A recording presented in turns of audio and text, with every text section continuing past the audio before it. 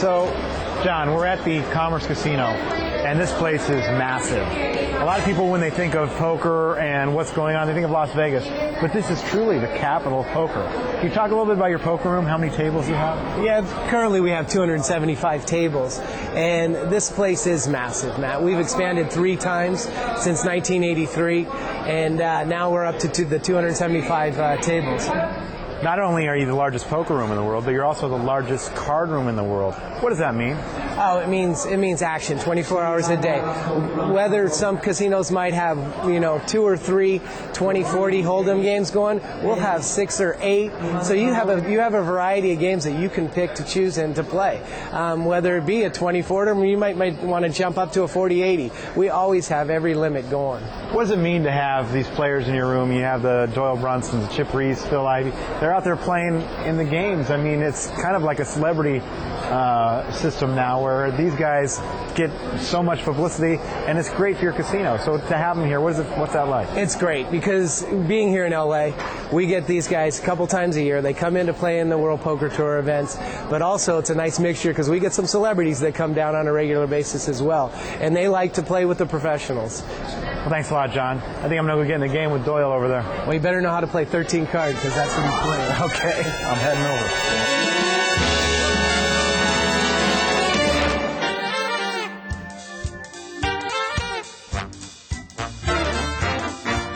Today on Inside Poker, we'll follow poker players through day 1 of the World Poker Tour's LA Classic. An in-depth interview with the 2004 World Series of Poker runner-up, David Williams. A playing tip with 2-time World Series of Poker bracelet winner, Scott Fischman. Head-to-head with the World Poker Tour winner, Gavin Smith. And don't miss Savage on the River. This is Inside Poker. We've all witnessed the battles that take place at the final table of a major poker tournament, but few have seen the trials and tribulations of the very first day of a week-long event. Let's take an exclusive look at day 1 of the World Poker Tour's LA Poker Classic at the Commerce Casino, where the best players in the world have gathered to compete for nearly $7 million in cash prizes. Well, Inside Poker is going to follow me today through day 1 of the Commerce WPT Poker event. We're minutes away from starting here. As always, day 1, there's a buzz around the air. It's exciting as hell. We're ready to go. I just played a 1-table satellite, and I got lucky and won it right away. So I came down 2 weeks earlier, and it took the pressure off because, no one wants to pay $10,000 to play one of these things. So free roll for $2 million. Been traveling on the tour on and off for about the last year. And just been enjoying it. I love all the excitement. I love all the energy. You really have to prepare yourself for these. I mean, you have to eat before you come into them. You have to make sure your body's really fueled, because if we play till 3:30 in the morning, if we play 12 hours, we're going to be playing 12 hours today probably. So this is one of the few tournaments where I'm actually paying my own buy-in. So, it's not as much fun when you're paying with your own money, but it's great. It's lovely because you see everybody, and feel like a part of the poker community. It's always exciting when you're starting a new tournament because you never know what's going to happen. Anything can happen. I just want to survive, I think. You get a lot of chips, a long tournament. I played last year, and I got off the gates real good. I had a lot of chips, and I'd love to do the same thing, but if you don't get hands and you can't do anything, you got a tough table, you just want to survive. You can't win it on day 1, so... I just want to keep playing my best game whenever I come to a tournament. I want to leave my heart out on the table. That's all you can do. Sometimes everything doesn't go as planned, but if I walk away knowing I've played my best, that's all I can really do. But I just try not to psych myself out before a tournament and just play the table. It's really tight, and I think I've hoped to get this place solid, man. I've been struggling lately because it's such a big grind getting through 7 days, and I get a little impatient. And hopefully I'll get some chips today and get a little confidence going in tomorrow and stay patient and see what I can do. This is going to be a good field, though. So I feel really good about this tournament. I'm coming in here to win this one this time. So it's like I played 4 other events. I've gotten real close, so I think I'm due this time. The bonding experience and just the experience to sit at a table and just try to psychologically beat people out is poker, baby. It's all about poker. It's a real comfortable structure. The blinds move up slowly. And, everybody has an an opportunity to show what they can do. It's not like some of those television structures which are really accelerated. This is always, everybody feels like they get their money's worth. You get to sit down, you can sit down next to Johnny Chan or Dead Money or whatever, and you just really feel like a professional poker player. I think that the structure is very player friendly. Sometimes at the end it gets a little crazy. The blinds get a little high at the very end, but I mean up until that point it's really, they're all beautifully run tournaments. This isn't my first event, and I'm not just shooting for a couple hours. I want to do well. I'm going to do what I always do. I'm going to sit down. I'm going to play a lot of pots. I'm going to try and win some chips. And see if we can get enough chips to bully these boys around a bit. We'll be back to see how the players do in day one at the World Poker Tour's LA Poker Classic, plus an exclusive interview with the 2004 World Series of Poker runner-up, David Williams, and a playing tip from two-time World Series bracelet winner, Scott Fischman. When Inside Poker returns. This is the awesome Cadillac Escalade. And these are the keys to the awesome Cadillac Escalade. Play in PartyPoker.net's Win a Cadillac promotion, and you could win a brand new 2007 Cadillac Escalade. And there's a whole bunch of other great prizes. So sign up at PartyPoker.net now. PartyPoker.net, the world's largest poker school. Inside Poker is presented by PartyPoker.net, the world's largest poker school. More players, more tables, more winners at PartyPoker.net. And by InsidePoker.tv. Get tips and watch streaming video at poker's first web video channel, InsidePoker.tv. We're back at the Commerce Casino for the World Poker Tour's LA Poker Classic. Let's see how our two featured players are holding up after 7 hours into the battle. Man, it's so early. You got a lot of play. People don't want to get knocked out in 10 minutes. I mean, most of them don't. Some people use that as a fear factor, I guess. You know that other people don't want to get knocked out, so they might come after them hard, realizing that people want to. It's a good way to get chips, but at the same time, you don't want to play stupid. This thing's a long tournament. You're not going to win it in the first level. Well, that's 1,700 pre-flop. I had 2 kings, flopped them. Tournament bets 3,000. I called and we went check on the river, and the kings were fine. So we faded the ace. It's like a marathon, It's not about how you start it. It's just about the last man standing. You can take it day by day. Next thing you know, you're sitting at the final 6, and then you can sit there and play poker. It's like a fight, when you're up against good competition, you got to be aware. I got my PJs on, I can go right to bed if I lose, but I'm ready for the battle. Back to where we started in chips, pretty much. A little bit of a roller coaster. Went up to 32, went back down to 15, now we're back around 20, 21,000, 22,000. So we'll start over again. Anything can happen. I was just in a big hand right now, actually, and I won it. But, at any time, no limit, one hand, you're out, so. As the day progressed, over 200 players were taken out of the competition, including top players Phil Hellmuth, Phil Ivey, and our own featured top professional, Gavin Smith. I didn't play very well today. I lost 2 powers of substance, both in making calls where I didn't have to make the calls, and it's pretty bad poker on day one of these events. You should probably, if you're not sure, you really shouldn't be committing as many chips as I did on either one of those occasions. So, if I lose big pots and if I get in bad situations, typically it's because I'm betting, not because I'm calling. By no means am I like these top dogs here, but I'm playing to win. So if I get in a big hand and I got to put my chips in with 2 minutes left, I'll do it. It's a great rush. It's a lot of fun, and there's a lot of money at stake. I'm very pleased to be where I'm at. I started the dinner break with 5,000 and had my flight back to Canada pretty much. So I came back, and I got a shot just like everybody else. Greg Mueller went on to survive day one, finishing in 83rd place out of 400 players. He was taken out of the tournament on day 2, but it appears Greg proved his worth against the world's best in one of the world's biggest poker tournaments. Now Matt Savage sits down with one of the hottest new players in the poker world. We're here with David Williams, 2004, second place in the World Series of Poker, $3.5 million. How did your life change then? Just put the money with the rest of it. Went on about my daily life. It changed a lot. I mean, I was in college at the time. I was playing 30-60 to make a living. Had a bankroll up to maybe 70 to 100,000. Somewhere in between then. I have a lot more money, but I don't really flaunt it too much. I mean, I mainly just use it as capital to play more poker and invest it. What kind of car do you drive now? Yeah, I did buy a nice car. I drive a Bentley Coupe. Bentley Coupe. It took me a while to buy it. I didn't buy it right away. It took over a year from the World Series before I bought it, so I kind of made sure I really wanted to do something nice for myself. Yeah, you got a reputation of being kind of cheap, Yeah, Josh calls me the biggest nit he knows. Eric Lindgren. I mean, I really don't. I mean, I'll treat other people. I love to go out and I'll take care of people.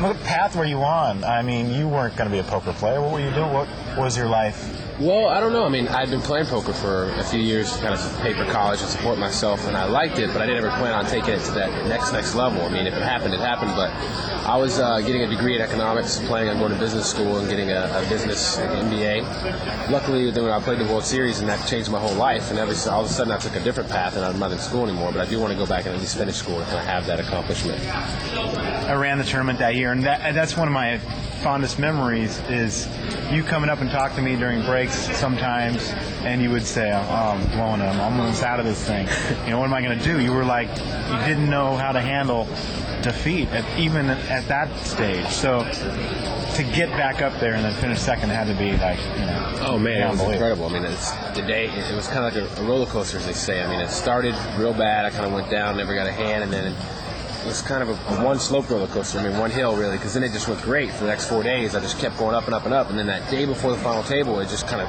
bottomed out, and I was struggling the whole day, trying to come back, trying to get things to work out, and amazingly it did. I mean, I was I think 27th of the 28 players, and things just came together. I won a few all-ins when I was short, and I got back up there to make it. You credit Marcel a lot for that. You became friends with him over that tournament. What was what started that friendship? I had a friend who I had played a game called Magic with. His name's Noah Boken. He'd taken up poker, and when we met up at the World Series. He's like, "Hey, I got to introduce you to this guy. He's a great guy. He knows a lot about the game. I lived with him in Amsterdam." And that was Marcel, and he introduced him. We became good friends, and he let me and Noah watch him play a lot in the satellites and tournaments, and he explained why he did what he did, which really just helped me learn about how to think about the game. But his biggest influence or biggest help in the tournament was whenever my mindset would get low or I would get down, my emotions would get low, I could go to him and be like, "Man, it's not working out." And he was just kind of like emotionally, like that coach, the emotional coach. You brought your mother along with you in the fame. She kind of followed you through, and it was a big support for you. I mean, you got to give her that. Oh, yeah, no. It was kind of funny. My mom, she was excited for me, but she was like, "Yeah, I should come out. I can maybe see Phil Ivey or Chris Ferguson or Johnny Chan." She loved Johnny and Scotty Nguyen. Those are her favorites. Well, I made it through the first day, and then she was like, "Well, I don't want to leave you. I'm going to stay here with you for the second day, and, things might go well again." And as we know, that went on for 6 days, and she's missed calling in to work, can't come, and eventually she was there to the end, and ESPN kind of made a note of it. They filmed it, and ever since then, she loves it. She's so proud, and she tells everybody about it. Stay tuned, poker players. We'll be back with more of David Williams' exclusive interview and a playing tip from two-time World Series of Poker bracelet winner Scott Fischman, plus head-to-head with Gavin Smith and Savage on the River when Inside Poker returns. This is the awesome Cadillac Escalade. And these are the keys to the awesome Cadillac Escalade. Play in PartyPoker.net's Win a Cadillac promotion, and you could win a brand new 2007 Cadillac Escalade. And there's a whole bunch of other great prizes. So sign up at PartyPoker.net now. PartyPoker.net, the world's largest poker school. Inside Poker is being brought to you by PartyPoker.net, the world's largest poker school. More players, more tables, more winners at PartyPoker.net. And by InsidePoker.tv. Get tips and watch streaming video at poker's first web video channel, InsidePoker.tv. Now Matt Savage sits down with one of the hottest new players in the poker world, David Williams. So if you had advice for a new player coming up that, maybe made a big score like yourself, what advice would you give them? If they made a big score like myself, my advice would be to stay grounded. I see a lot of young players who've succeeded recently, and they'll jump into games that are way too big for A, their bankroll, and B, for how long they've really been playing. I mean, just because you've had one hit doesn't mean you're on the level of those guys yet. And I see these kids play, and they lose it all, and then they're getting borrowing, and I mean, if you do have some success and you do want to come up, make sure you earn it and you go through the steps and you gradually get there. What is it about you that you take those losses so hard? I don't know. I mean, I think it's just a lot of desire. I mean, it's really, when I get passionate about something, it kind of consumes me. It's all I really want to do and all I care about and all I want to make sure I do it at the best of my ability. And then with poker, I mean, it's the same way now. Poker is really all I do in life. I mean, every now and then I'll go out and party and I socialize with the people I socialize with. They're in poker environment. I mean, my whole life actually is poker, and it's like to wait so long to get so far, or even not far, but just to be so ready to put so much into it, and then have something crazy happen to you, or to do something wrong, which is even worse, to screw it up, you know. And then no limit hold'em, you make one mistake, and all of a sudden it could all be over. Even after I got busted out yesterday, I seemed off for a little while, and I sat and brooded on about what I could have done differently. That's one of the main things too. Whenever I get knocked out, if you see me like that, I'm usually thinking about, is there something I could have done differently? Because I feel that maybe I want to know if I'm doing something right. So that's why I'll go to other players. Like I went to Phil Ivius, who's a good friend of mine, kind of someone who helps me. I told him exactly what happened, what laid out, where could I have done something differently, what he would have done, and like in my situation yesterday, he kind of agreed, no, it's just one of those random situations where it happens. But a lot of the times, I find that I did something wrong. When you get busted out, if you think about why and what happened, and you recap the story to somebody whose opinion you respect, you can learn something differently. So the next time, if you're in that situation, maybe it won't happen again. A game like this is very individual, but yet you have a lot of close friends in the game. When you're sitting across the table from them, for players and people that don't understand that, you're looking to get them as much or more than the other players. Right. All the friendships out the window at the table, because it's funny, I'll go back to Phil, because my interaction, this actually happened with us. I remember he came to my table, and he, at the time we'd been good friends, I never played with him, and he was kind of relentless towards me. It seemed like he was picking on me. I mean, every hand was like he was searching me out, and I kind of was mad about this, and I was like, now I wouldn't expect him to soft play me, but I wouldn't expect him to come after me. Like, why would he come after me? So then I break. It's not just you, he does it to everybody. But yeah, I go on the break, I go, what the hell are you doing? I go, it appears to me that you're just targeting me. Like, if I'm in the pot, you're following me. He goes, yeah, I am. He's like, you know, you're weak, and I want your chips. I was like, I thought we were friends. He goes, well, we're at the table. My only friends are your chips. He's like, those are my only friends. So I mean, that taught me a lot there. That, you know, even if you're friends, I don't expect anyone to slow play me, but you know, sometimes if you know something about your friend's game, it's time to exploit that and win the chips, because there's only one winner. Thanks a lot, David. No problem. Passionate. That's what you are. Now, here's a playing tip with Scott Fischman. We're upstairs in Scott Fischman's poker room, and he has a little poker tip for us. Yeah, all right. I want to give you a little tip, a quick tip about drawing hands, okay? Here's a situation where you have 9-10 jack on the flop. You're holding a hand like ace-8. Now, you do have a straight draw. You need a 7 or a queen to come. And you're facing a big bet. Now, suppose that the queen hits. You know, now you gotta be worried. Anybody with a king has a bigger straight than you, so you're drawing to a very vulnerable hand. Now, if you hit your 7, you make the straight as well. But anybody holding king queen, queen 8, all those hands have you beat. Those are really dangerous things to do. I would say that when you're in a drawing hand type situation, you want to draw to the nuts. That's what we call it. The nuts would be like, let's say the flop is 2 hearts, okay? Now you're holding the ace-8 of hearts. So you want to make sure that if you are drawing, you're going to call a big bet on a draw. You have to make sure that if you hit it, you know you're going to win. If a heart comes, you know you got the best hands. You win. There's no guessing. Up next, head-to-head with Gavin Smith. And don't miss Savage on the River when Inside Poker returns.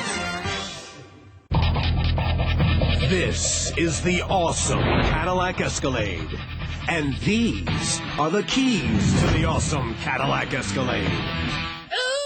Play in PartyPoker.net's Win a Cadillac promotion, and you could win a brand new 2007 Cadillac Escalade. And there's a whole bunch of other great prizes. So sign up at PartyPoker.net now. PartyPoker.net, the world's largest poker school. Inside Poker is being brought to you by PartyPoker.net, the world's largest poker school. More players, more tables, more winners at PartyPoker.net. And by Poker Player Newspaper, the source for poker news and information. Pick it up in poker rooms across the country. Let's go head-to-head with Gavin Smith. We're on head-to-head with Gavin Smith, and I'm going to ask him some questions, some one-word questions, and I want to know your relationship with that question to poker. Okay. Fear. Don't have any. Luck. Well, it's a big part of the game, but I mean, you know, it's a big short-term factor, and long-term it's almost non-existent.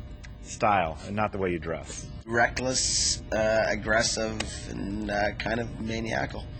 Why do you feel that it's the aggressive style that wins the big events? Because that's the style that gets chips. If you're too tight, you just you're just not playing enough hands to accumulate enough chips to be able to take a run of tournaments.